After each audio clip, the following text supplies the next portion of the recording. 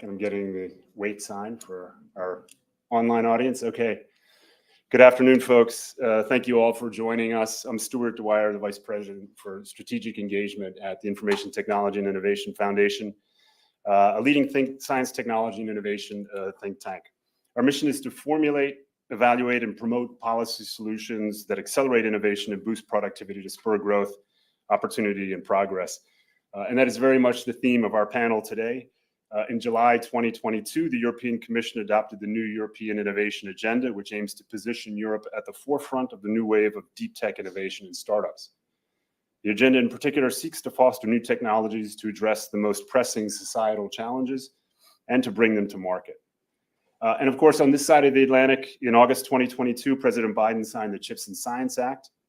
Among other things, it codified into law the National Science Foundation's Technology Innovation and Partnerships Directorate, with the mission of advancing U.S. competitiveness through investments that accelerate the development of key technologies and to address societal and economic challenges.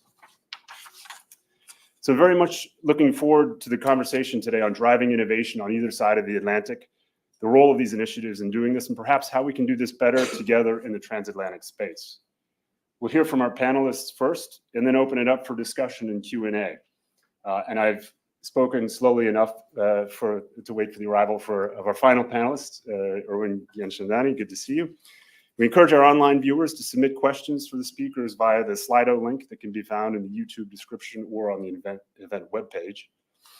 We're honored to have a tremendous panel with us today. First, Signe Ratzo is Deputy Director General of the European Commission's DG Research and Innovation. In that position, she serves as Chief Negotiator on the Horizon Europe Association Program with non-EU countries, and has led international cooperation on research and innovation issues more broadly. She also is responsible for open innovation and for citizens' engagement in social innovation and research and innovation policy. Earlier in her career, Signe worked on trade policy issues at DG Trade, and before that in the government of Estonia. And Signe, I would invite you to please come up. Dr. Erwin Genshandani leads the Directorate for Technology, Innovation, and Partnerships at the National Science Foundation. He has been with NSF since 2012 in a variety of leadership roles and helped to develop plans for the new TIP Directorate in collaboration with colleagues at NSF, other government agencies, industry, and academia.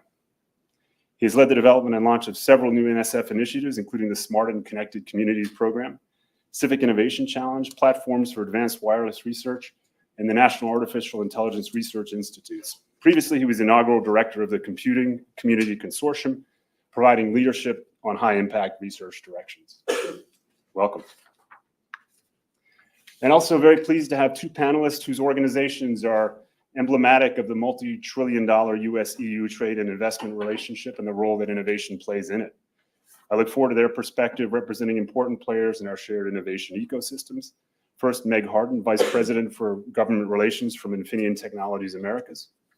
Infineon is a global leader in semiconductors and systems solutions, and Meg has been a strong advocate for technology and innovation policies that support a competitive semiconductor industry and a healthy innovation ecosystem.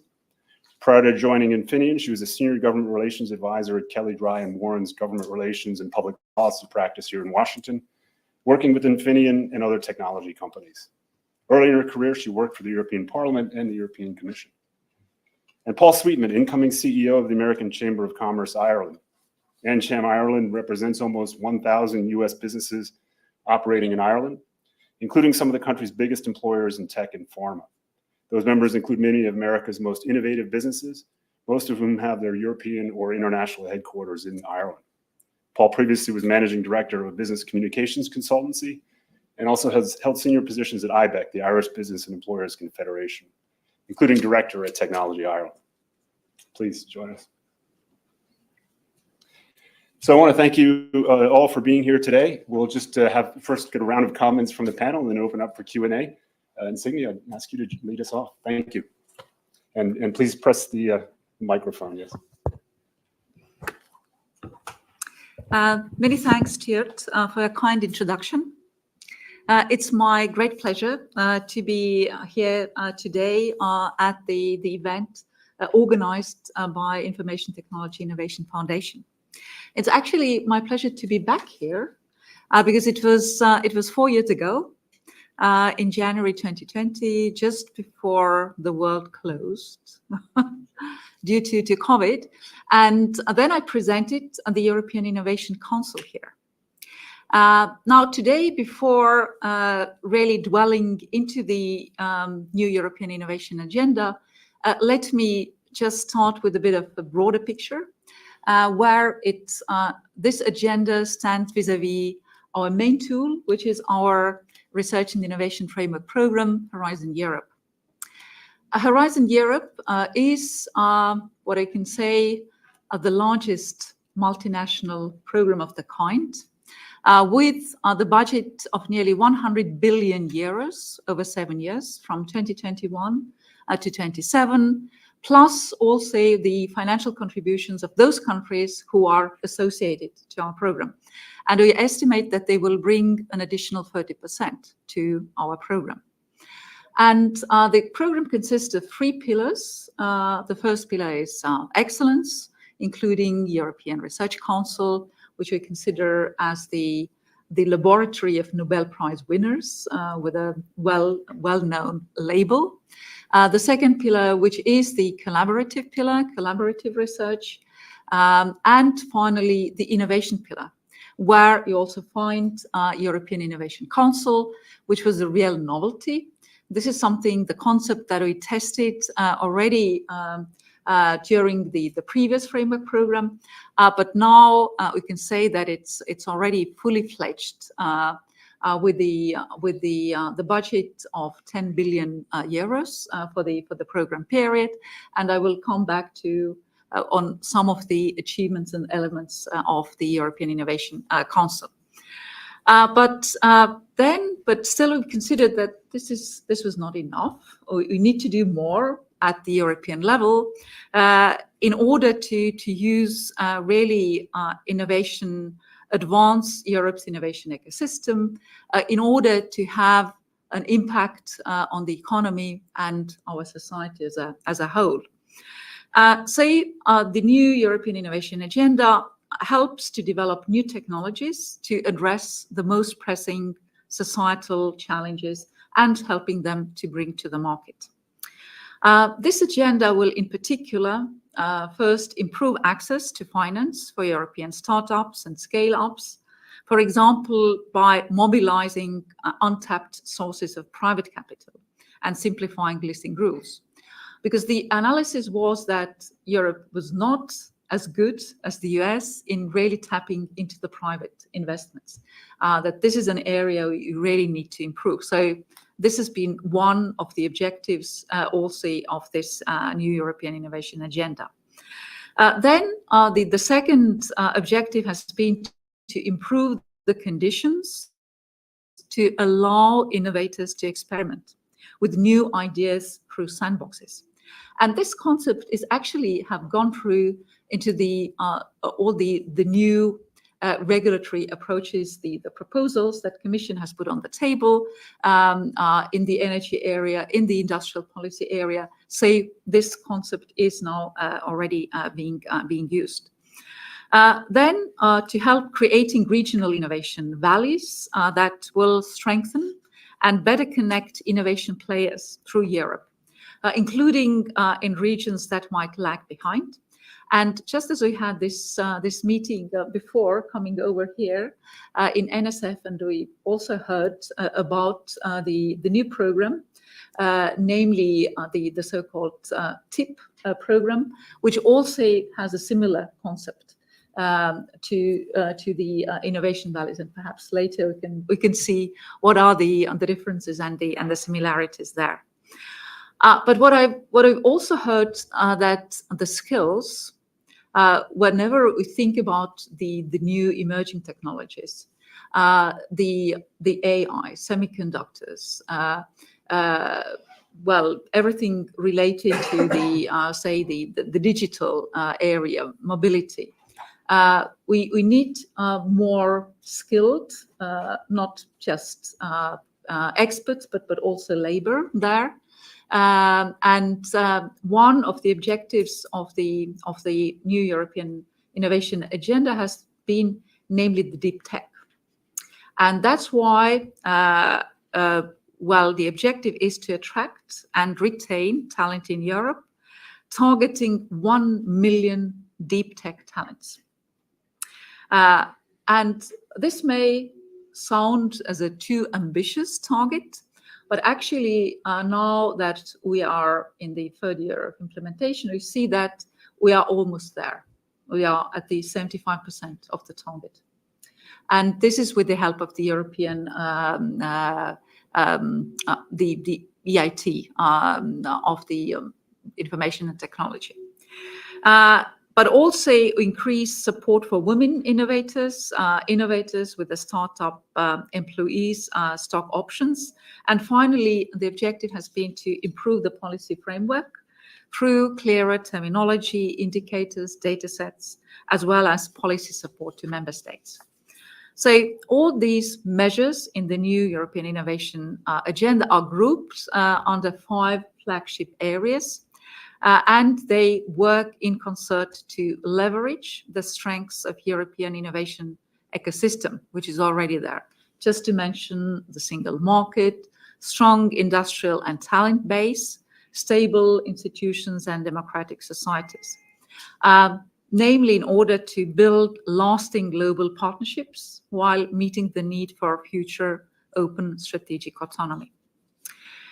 Let me, in particular, highlight the funding scale-ups flagship that aims at attracting foreign entrepreneurs to Europe through an improved funding framework, for instance, more favorable treatment of equity, simplified listing procedures, more capital available from institutional investors, more opportunities for women in venture investments. Just to mention as well, this morning at the NSF, we also discussed the gender, well, the gender policies in the related to the research area. But we also have the prize for women entrepreneurs as one of the tools in the EIC. Actually, as a matter of fact, now we've gone further from the European Innovation Council, which at the outset really provided different funding for the SMEs, startups for scale up under the accelerator program. But now we also provide investment into the equity via the EIC fund. And as a matter of fact, the EIC fund has to date become the largest venture capital investor in Europe, as in European deals measured by amount invested, and third in the number of deals. So it's actually a bit more than 1 year after it started. So it's already an amazing track record. Now, the agenda itself is in full swing, and actually next week we will present the state of play. It's too early to assess the impact of all those measures because some of them really take years. But we can already anticipate that most of the actions which have been indicated have already been completed or are ongoing, from the new directives which have been proposed by the Commission in the financial area, to the state aids, revised rules, from guidelines on experimentation spaces that I mentioned, or regional innovation valleys. Now, one may ask whether it's enough. Probably not. The world keeps changing with new competitors, new global supply chains, alliances, new developments, such as generative AI, for instance, which is certainly also one of the areas for collaboration, also with the US. So in Europe, we need to continue pursuing the innovation agenda to create the right conditions and opportunities to improve investments and attractiveness, which could also include better exploitation of innovation procurement, reinforcement of our coordination, and also reduction of the divides still between the different regions and member states in the EU. Now, outside Europe, we need to consolidate our well-established partnerships.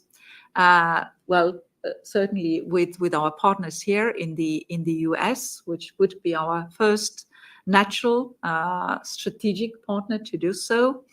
There are already several partnerships projects ongoing.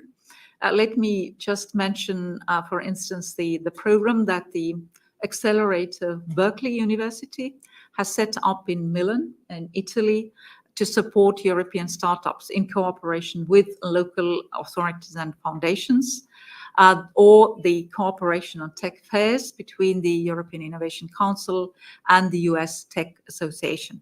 But these are only a few of those. The new European Innovation Agenda is the first necessary step, can be a right point of departure. Certainly we'll work together in conjunction with our the financing tool that is the Horizon Europe framework program. But now these were just the actions that we run at the European level. But in addition to those, there are around some 200 initiatives which are taken by individual member states, which go in the same direction and design a very comprehensive, dynamic picture of innovation made in Europe and made with Europe. So to conclude, I'd like to highlight that Europe is really an innovation-friendly place. And we are looking forward to several collaborations with different players in the US. Would it be just the companies, startups, institutional players, the funding agencies? So looking forward to that, and would be very happy to answer to your questions later on. And many thanks for organizing again.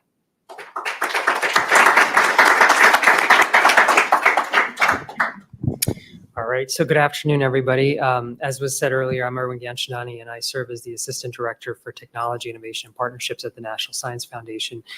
As I was listening to the Deputy Director General describe the perspective that the EU has taken and the approach that the EU has taken, I can't help but say that you're going to hear a lot of similarity in terms of what I have to say with respect to the CHIPS and Science Act, and particularly the and Science part of the CHIPS and Science Act, and how we are implementing that in the TIP Directorate, to some of the things that you just heard her say. As a matter of fact, the title of this session is, I think, CHIPS and Science versus the versus, right? And I think that it's actually more of an and as opposed to a versus, because there's a lot more commonality than there are differences, if I may say so myself, in terms of the respective approaches that we're taking, and also the willingness that I think you'll see to partner across geographic borders, across typical boundaries, to be able to make this, the sum is greater than the individual parts, the whole is greater than the individual parts type of mentality. So as I think many of you know, the CHIPS and Science Act legislation was passed by Congress in August of 2022 and signed into law shortly thereafter by the President.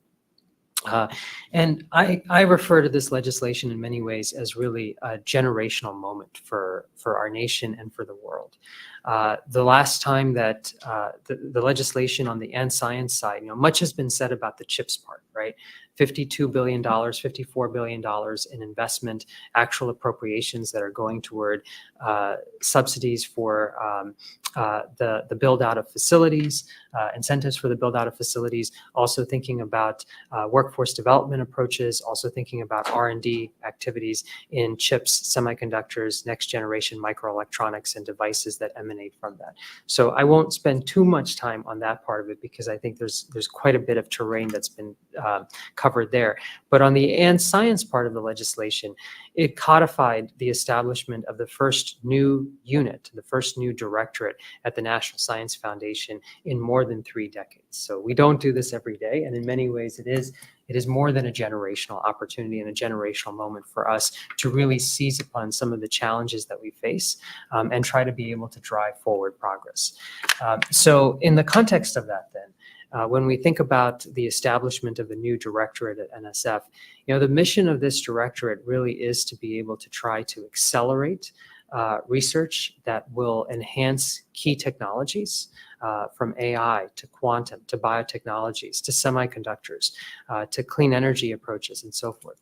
Accelerate technological innovation that we hope will in turn address pressing societal, national, and geostrategic challenges, from the climate to issues around equity to thinking about agriculture and health and so forth, while at the same time, I think most importantly, also nurturing a broad and diverse talent base to become a part of the innovation ecosystem, the innovation economy of today and tomorrow. Not to draw a contrast, but you actually alluded to this in your remarks. One of the things that's been said about sort of a competitive advantage for nations today is the diversity that exists within our nations, within our borders. And I think that trying to be able to, as my boss, the director of NSF, likes to say, trying to be able to create opportunities for everyone so that we can engender innovation anywhere, that's something that I think is part and parcel in terms of what we consider to be the mission space for the TIP Directorate at NSF.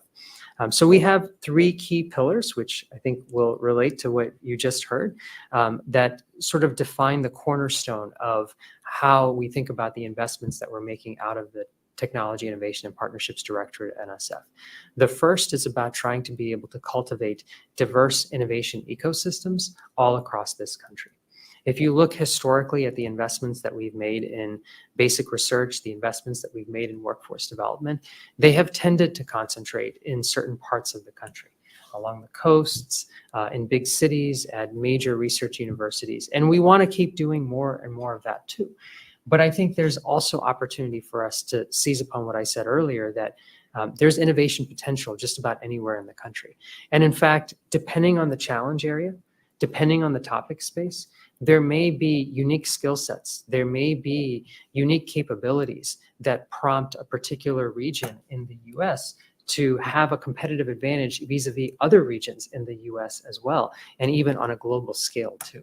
And so trying to be able to create that opportunity, providing the resources, providing the framework that affords the ability to be able to have a region cultivate an innovation economy that creates new jobs, good quality, well-paying jobs, that allows us to be able to really move the needle in terms of technologies, broadly writ, deep tech, and so forth. I think that is part and parcel of what we're seeking to do with that first pillar. The second pillar is all about technology development and technology translation. For many years, the National Science Foundation has been known as the agency that helped pioneer some of our best and foremost tech transfer programs. The Small Business Innovation Research, or SBIR program, that now over a dozen agencies across the federal government utilize and employ on a day-to-day basis. That program originated at NSF back in the 1970s and 1980s as a pilot effort for the rest of the federal government. So we have programs like SBIR, we have programs like the Innovation Core or I-Core program that provide entrepreneurial education and help with customer discovery and market realization, market discovery for the investments that we're making. Those programs we want to expand, we want to be able to scale, we want to be able to create opportunities for folks to be able to access those investments.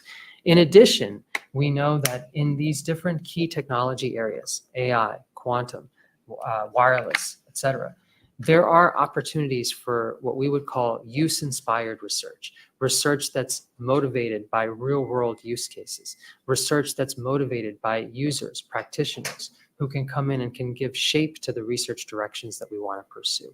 And so we're really keenly interested in trying to be able to see what are those opportunity spaces for R&D that maybe comes out of some of the other directorates at NSF, some of the other investments that we make, but that are now a little bit further down in terms of the spectrum from foundational to use-inspired to translational work, that we have the opportunity to be able to accelerate through the investments that we're making. And some of this is in collaboration with partners abroad as well. For instance, we have engagements with countries in the EU. We also have engagements with Australia and others, right? In spaces around, for instance, new technological approaches that allow us to be able to realize a circular economy going forward, for instance. And then the third pillar for us is really around this notion of workforce development and talent creation. NSF, I think my agency has historically been known as an agency that supports graduate students and postdocs. And again, we will continue to make those investments and sustain those investments for years to come. But at the same time, we have a recognition that we need to do a better job of meeting people where they are. Right? There's talent in our high schools. There's talent in our community and technical colleges and schools. There's talent all across this country that maybe isn't interested in a PhD, but could nonetheless become an active contributor to the STEM-driven economy of the 21st century. And so how do we create the pathways? How do we create the curricula? How do we scale those curricula? How do we offer experiential opportunities to students and to talent in the workforce today that's potentially looking to pivot into a high technology or a deep tech space as well? And so we have initiated over the course of the last couple of years through TIP investments in this pillar, but also in all three of these pillars that I've talked about to really be able to drive forward an innovation agenda. And I think one of the things that's most important to us as we do this work is to really be able to think about how we do it in partnership with others. We're trying to engender through the investments that we're making a bit of a paradigm expansion.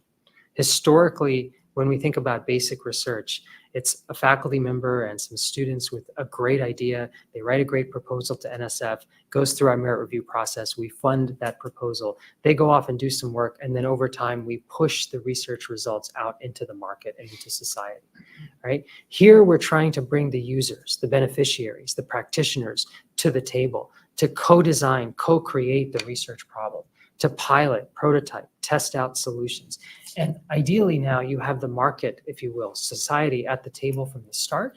And so that serves as an impetus for sort of this expansion from tech push to market pull or society pull in terms of trying to be able to engender the acceleration of innovation to practice and innovation to impact, which is what we're trying to realize. So to be able to do that, you need to foster partnerships. You need to catalyze partnerships that span multiple sectors. It's not academia and government only. It's about bringing industry to the table. It's about bringing state and local governments, in our case here in the US, and tribal governments as it's appropriate to the table to have the conversations and that shaping and that participatory work in the research that we're trying to support. And it's also about trying to recognize that if we want to retain our role in the vanguard of competitiveness, we need to also partner with like-minded countries and nations and unions that have shared expertise, but also unique expertise that could be brought to bear to help support our research community and vice versa as well. And so I think that's a key part of what we're trying to establish as well. It's why you see partnerships in the name of the director. That was by design, that was by intention back when we initiated it. So I hope that you see through this conversation that there are a lot of parallels. There are a lot of synergies between what my colleague from the EU described and what we are describing here in the US with the and science part, which is where I said I would focus, the and science part of the CHIPS and Science Act in terms of trying to be able to really serve as that foundational platform for innovation in all of the technology areas so that we don't wake up one day and find ourselves in the same situation that we found ourselves in semiconductors and chips a few years ago in the context of where we were there at that time.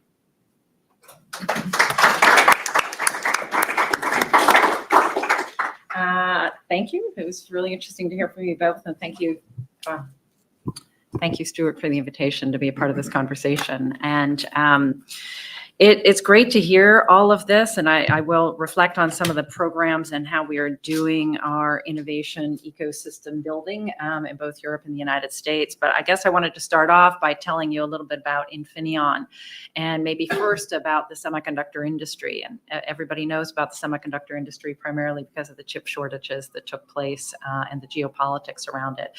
But semiconductors are actually foundational to innovation across all market sectors. Infineon is supporting innovation in agriculture, in energy supply and energy efficiency, in medical devices, and in, for example, Internet of Things, industries of the future.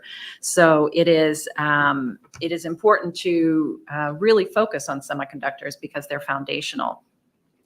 Infineon is a $16 billion, 60,000 employee company, one of the largest semiconductor companies in the world at this point. We have a focus on two main things, which is decarbonization and digitalization.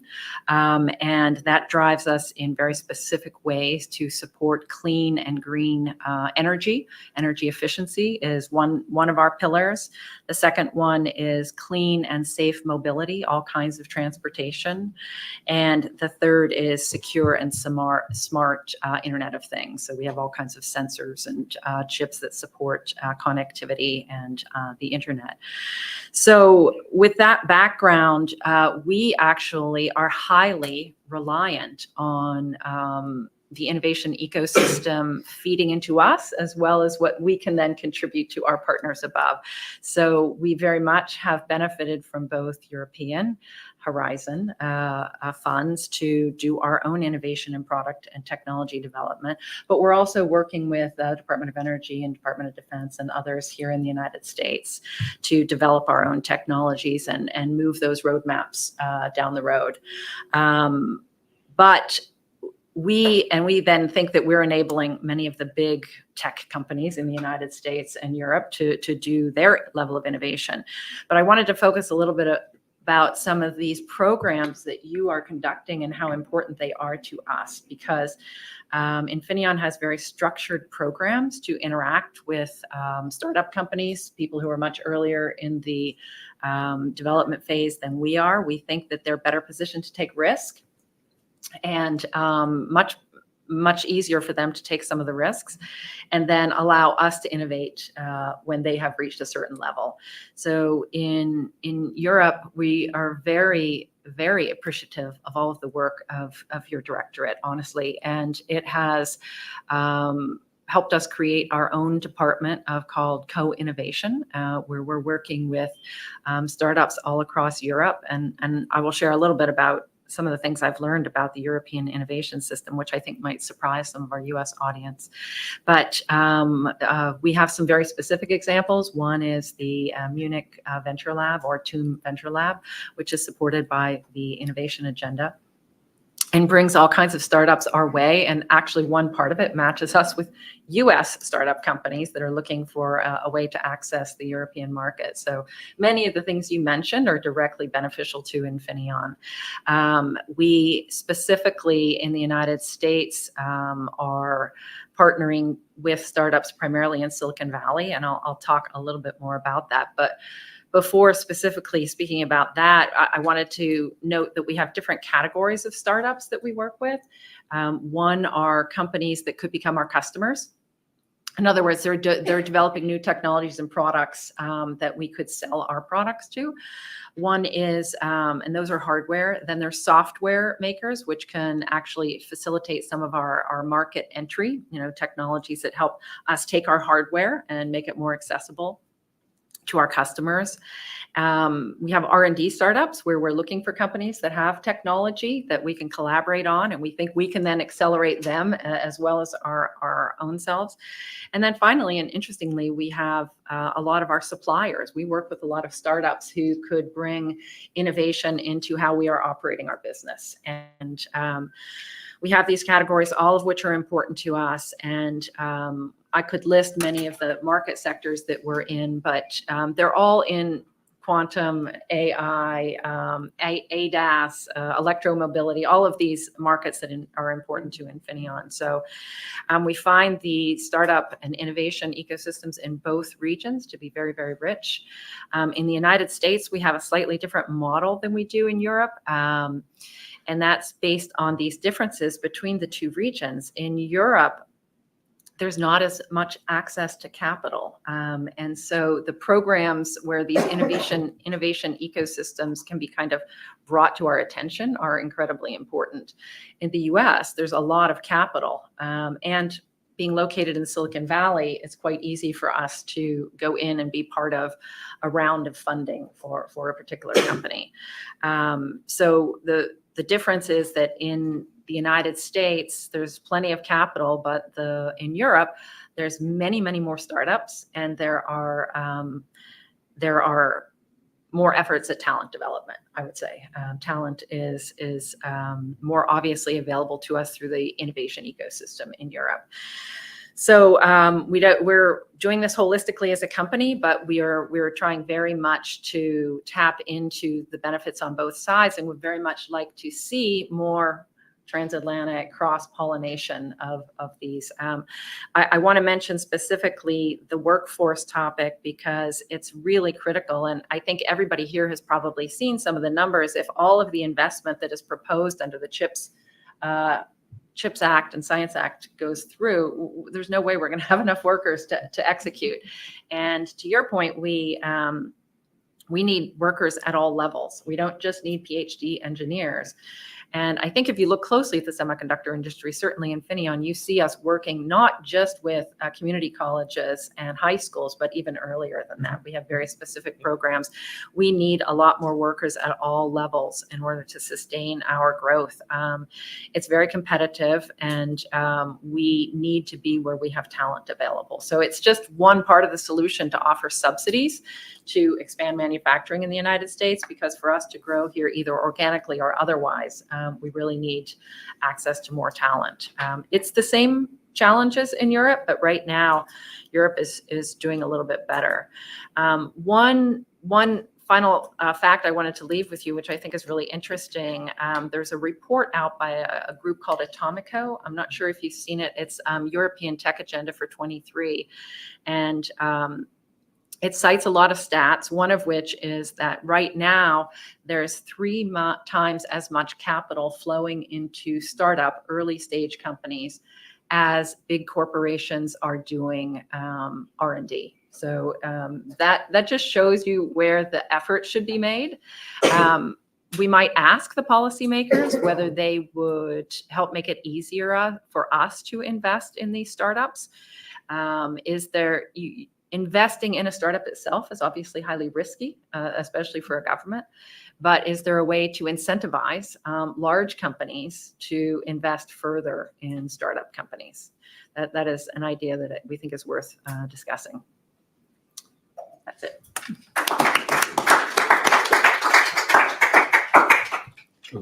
Thank you, Megan. Thank you, Stuart, for the invitation to come here today. I guess my role on the panel here is to show you the economic manifestations of what innovation is all about. I represent the American Chamber of Commerce in Ireland, and as you might guess, we're over here in America to take part in the outreach programs as part of St. Patrick's Week. So we have a delegation on the West Coast at the moment, and we flew into DC this morning after 24 hours in New York, and we were in Boston as well earlier on this week. But just to give you a few figures that backs up the foundation on which the strong relationships and that innovation are intertwined. One figure that I think is overwhelming in Ireland is that we are a population of 5 million people. 7.5% of that population either directly or indirectly works for a US multinational that's based and invests in Ireland. That is a phenomenal figure. US multinationals in Ireland spend 45 billion every year in the economy through payroll, to taxes, etc.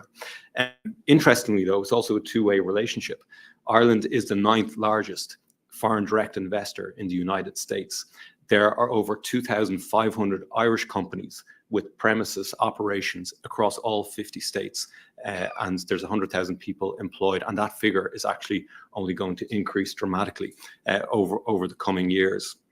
So I think what I'll reflect on is what I've seen in the last couple of days that really builds on what those figures are about. We visited the senior leadership teams of a number of companies over the last 3 days, over the last 4 days, and it is the relationships that are built, the collaboration that's possible between the talent and skills both in the US and within Ireland, and that extends into Europe, that's allowed that investment to grow. There's a real passion behind what companies can do in terms of investments and turning that innovation into products, turning it into marketable sales through what is available in Ireland in the talent and skills space. And that passion is only growing. Companies are very keen to double down on what they have in terms of their locations within Ireland, and I think that extends through to the EU as well. One thing that I find very interesting is that we always talk about talent and skills as being, the next big challenge. My worry always is if talent and skills falls off the agenda as not being a problem. Many of the companies in Ireland, the name over the door has stayed the same. But what has happened over the last 2 or 3 decades for many of the companies that have been based there is there's been huge change. One company in particular, I think the first operation that they had in Ireland was literally packing boxes of software. It was just a basic manufacturing facility. Now that organization within their Irish facility is at the cutting edge of software development. So when we look at the economic development of Ireland and the importance of the investment from US multinationals, it is absolutely based on the capabilities in research, development, and innovation. And companies want to do more of that in Ireland, and by default, more of that within Europe. So when we see the big figures of the investment going in with regard to the R&D, the R&D pipeline, the R&D policy instruments, this is really positive news. In a previous life, I represented the technology companies that were based in Ireland. And the fascinating thing for me was that there was a number of companies over that time they had maybe 10, 20 people when they started. And when I finished that role a decade later, they were employing close to 7,000 or 8,000 people within Ireland. There were also companies that had not existed when I started that job. Some were PhD theses from many of the American institutions. And they had started and established a company. And for their first international outpost, they came to Ireland. So that was a direct link with regard to the R&D and then the economic manifestations of what can be achieved. Core to that is the talent and skills agenda. And I think if we delve into that, it's important to look at all levels. And from 2 perspectives. One is that we always have to have a very strong pipeline from 3rd level institutions. But there's one thing that we're doing in Ireland, which is doubling down on, is the apprenticeship model as well. And what's really interesting is the apprenticeship model we find is not taking away from people who would go into a 3rd level institution. It is actually additive to the talent and skills base that's there. And that's really encouraging when we want to attract foreign direct investment in. Another key space, though, is that we often talk about the talent pipeline and maybe the entry level or the people coming in from the graduate programs or the apprenticeship programs. What's also critical is to have the managers who know how to lead those teams of talented individuals. And that's another space, I think, that we're going to really focus on to make sure that we have the full suite of capabilities. It's something that we can't ignore to make sure that teams can be led, that teams can be given direction, and something that, again, we're doubling down on the talent and skills agenda and we find crucial. One thing I've also picked up in the last number of days is that there will be further investment, and it is all going to be based on the innovation agenda. But that investment is going to come at serious pace. What we've noticed, and generally speaking, with regard to the investments in Ireland, is that I mentioned that growth where there might be 10 or 20 employees, it might go to a number of thousands of employees, or it may be a manufacturing facility, and there might be tens of millions, hundreds of millions invested through to billions. That has happened over a series of years, perhaps a couple of decades. And there's a certain process, there's a certain way of managing that. But I think we're entering into a new phase of investment where it's going to be rapid, where there'll be high job numbers that will come in over a very short period of time. It may be 12 months to 24 months. And the issue that we're going to find there is that, do we have the capability to implement rapidly a lot of the policies that we have in place? Do we have the capability that if there's any going to be pinch points infrastructure or quality of life issues like housing, whatever it might be, do we have the capabilities to match the pace of change, of the speed of that innovation, of the speed of that investment that's going to come through? So for us, that's the next big challenge. I think it's going to be the next big challenge for those that are representing companies throughout Europe, throughout many other jurisdictions as well. What I've also picked up is that while we talk about perhaps challenges of implementation,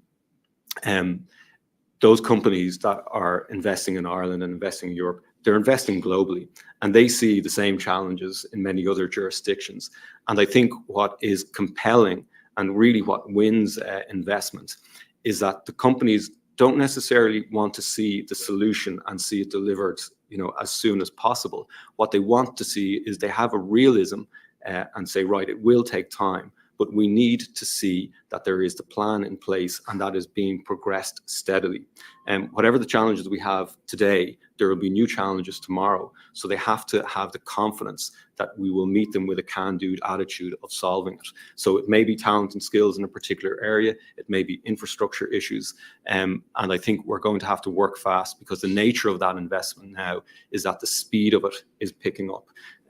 So that's certainly something that I've noticed in our conversations over the last number of days with US companies that are investing, and I think it's definitely going to stick. So very interested to hear comments and questions from the audience. Maybe we can delve into that, but I'll leave that for now for my opening comments. Thank you.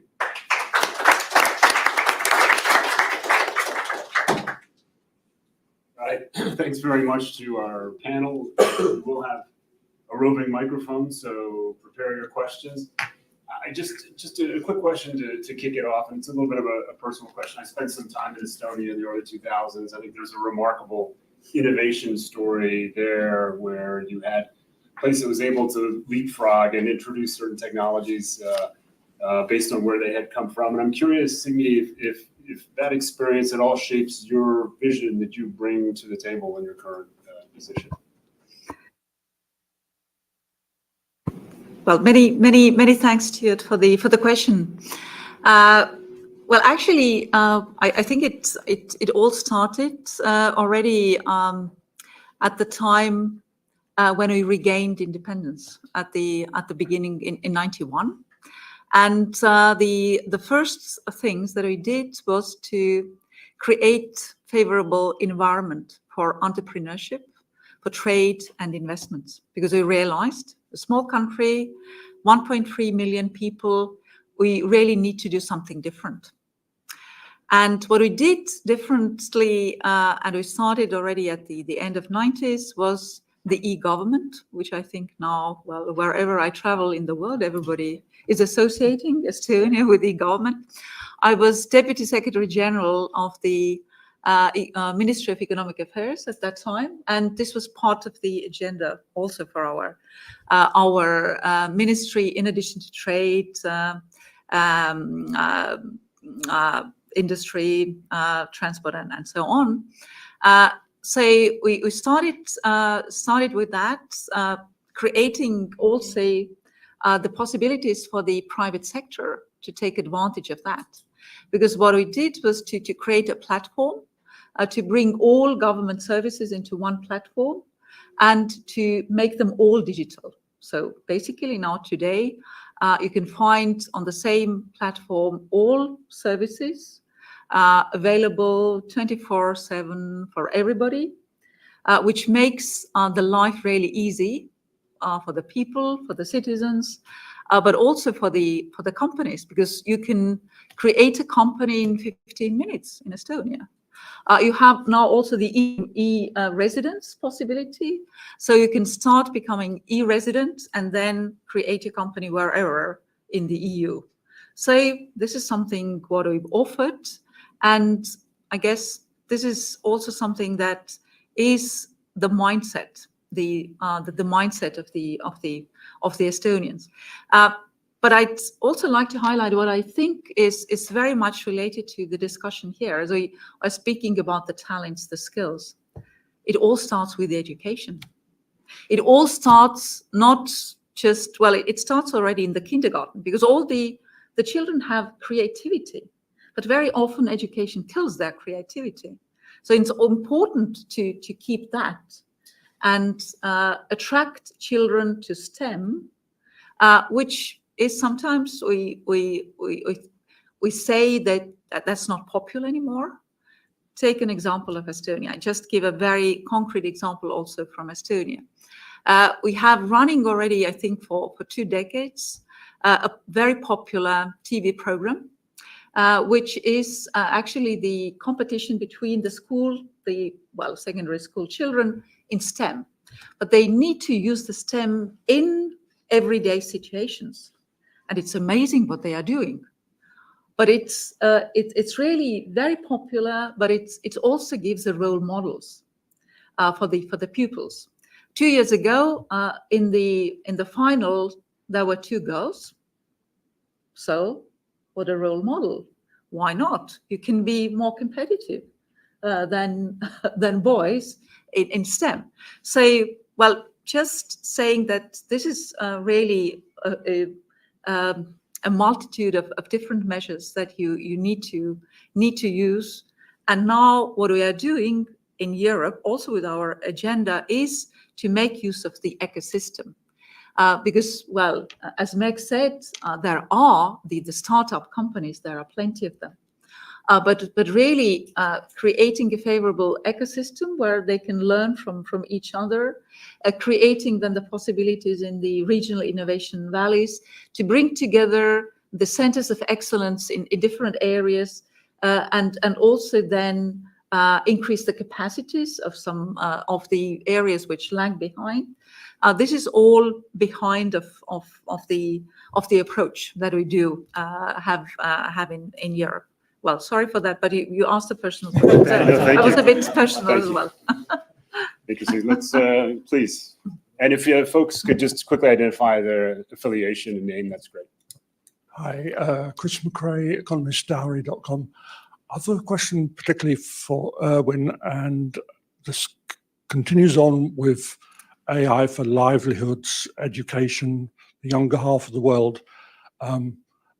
I know NSF fairly early found Fei-Fei Li and her work, but if we listen to Fei-Fei Li and AI for All, her education network, and some of her supporters, including Jensen Huang, they seem to be saying now that the big AI chats have gone into perhaps a different hemisphere because they are so large, the GPUs are so large that it's no longer really easy for universities or schools to do the work which makes the most value of where the computing is leapt forward. So Jensen Yang says he's brought down really big computing's cost by perhaps 1 millionfold, but you have to have a GPU to do that. So this goes back to the discussion on, will the US have a NAIR laboratory which puts this into, as I understand it, schools? But could you take that up? Because I'm sure you know much more about the question than I do. Well, I don't know if I know much more about the question, but I think it's a great question, right? So the context here is one of the pieces of legislation that Congress passed a number of years ago was the National AI Initiative Act of 2020 or 2021. And that chartered the establishment of a task force focusing in on sort of laying out the groundwork for what could a national AI research resource look like, and what would be the goals, what would be the form that it would take, how could we essentially construct one from the ground up. And subsequent to the final report of that task force, which came forward in January of last year, so almost 14 months ago now, we at NSF, together with our partners at other agencies across the US federal government, and together with industry, actually a number of companies and foundations have committed resources. We have embarked on a pilot for a NAIR, a National AI Research Resource, that would do exactly what you're describing, right? It would make available resources pool together resources from a variety of different places, a variety of different types of resources, GPUs and others as well, data, software, in addition to high performance computing, in addition to cloud computing, in addition to hybrid forms of computing and so on, and really democratize the access to that type of capability so that folks at schools, folks at community colleges, folks at minority serving institutions, folks at universities, which as your question noted, right, simply don't have access to high-end computing the way that industry does, we can start to make that available to folks in a way that allows them to be able to engage and allows them to be able to be on the front lines of discovery and innovation in AI. We have a lot more to do in this space. This is just simply a pilot that we've initiated, and there's pending legislation on the Hill, the Create AI Act, for example, that would authorize this and also authorize appropriations levels for this activity as well. But just to follow up, Yeah. do you see the big chats as helping with that, or have they deflected from that? So I think that I'm not sure I understand the question completely. So maybe we can take that offline a little bit. But I think what I would say is, these large language models, they have put generative AI, large language models, they've put a spotlight on this field in a way that has not been the case ever before, right? And I think just as I started my comments earlier about TIP, about innovation ecosystem building, this is a moment in time too that we need to harness to be able to recognize that we need a diversity of thought helping to shape the future AI systems, right? We need diverse perspectives and backgrounds to help shape that. And we also need to think about the guardrails and the ethical consequences and dimensions of these technologies as well. So all of that, I think, is something that needs to come out through investments in the NAIR, through investments in workforce development and talent creation in the AI space, for example. And AI it's taking up a lot of the conversation today, which is totally fair, but some of this discussion is true in other fields as well. So biotechnology, for example, you also have to be thinking about the trustworthy aspects, quote unquote, in the biotech space as well. Thank you. Thank you. My name is Max Boucher. I work for the Truman Center, a think tank in DC. You both mentioned the role of local partners, so city, regional, state governments. And there seems to be a lot of appetite, especially with the coming election, to really maximize the connections at the subnational level between the US and Europe. And there are some great examples that you mentioned, also Madrid and Dortmund connecting with Boston, with Ville, etc. But those seem a bit anecdotal. Could you maybe share some additional insights about how you see within the frameworks in the US and in the EU about leveraging those subnational connections between at the transatlantic level? Thank you. Do you want me to start? Do you want to start? Well, certainly there are a lot of connections already between the different, the US actors and the EU member states. But certainly what we'd like to see, and now we also discuss with different agencies here, also to see what would be the additional collaboration possibilities between the within Horizon Europe context, because certainly the US is already active in our program. The largest, actually the most active among the countries who are not associated, not part of the program, not associated to our program, but certainly we see a lot of commonalities in how we approach now also the issues like research security, like AI, because the AI Act in Europe is namely for the trustworthy AI. This is actually the first time that we really have a holistic approach to that, still creating, leaving the possibility for innovation. So it's still an innovation, a friendly piece of legislation, which takes the risk-based approach. So you do not regulate everything, but you really leave the space for the innovation. Now the question also of using the capabilities of say the HPC, the quantum computing. This is also something we make available also for the small players, for the SMEs, which is not something that naturally comes, but in order to really promote innovation also among the startup companies in this area, this is something that we offer. But certainly there are many more additional possibilities, untapped possibilities still available. So I'll be brief because I suspect Stuart's going to say we're out of time pretty soon. So I'll just say, she talked a little bit about the regional innovation valleys, quote unquote, right, across the EU. We just at the end of January announced 10 regional innovation engines, right? Engines, we call them engines, valleys. We all have our own preferences in terms of language, right? But the NSF engines that we funded, I mean, this is a whole new paradigm when it comes. It's a whole new frontier in terms of innovation and how we approach it in the U.S. We're talking about $160 million per engine over the next decade. That's an order of magnitude removed from the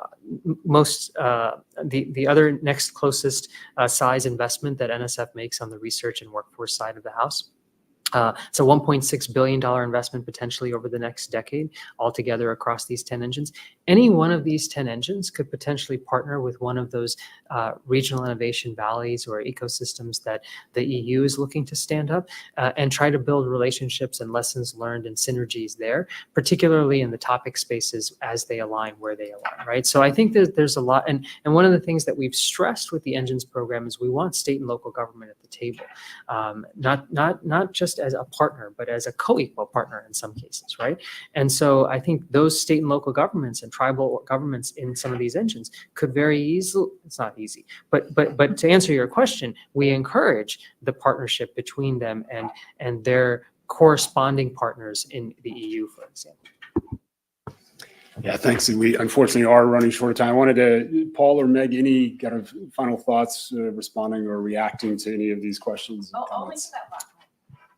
Only to that last point, which is, yeah, here. The more connections between it for a company, for a global company, the more connections that can take place with innovation ecosystems transatlantically, the better it is for companies who will then take that innovation to the next level. So hope that all works. My final point as well, I think we couldn't have a discussion about innovation without also mentioning regulation. And I think it's critically important in the parallel supports for innovation that we also look at the regulatory agenda and how that is either enhancing it or whether it may curb it. Now, there's one interesting manifestation that I've seen with regulation and manifests itself in Ireland, where a number of companies are now looking at Ireland as a regulatory hub for their European Union operations. And many of them are actually seeing this as a competitive advantage. So we've spoken perhaps about the AI Act. We have GDPR as well in the EU. And I think for a lot of companies, these were daunting tasks to get their head around. But what has happened is that they've gone through the experience and they now see the power of investment in managing these regulations and how they can now push innovation through their companies, through those regulatory frameworks.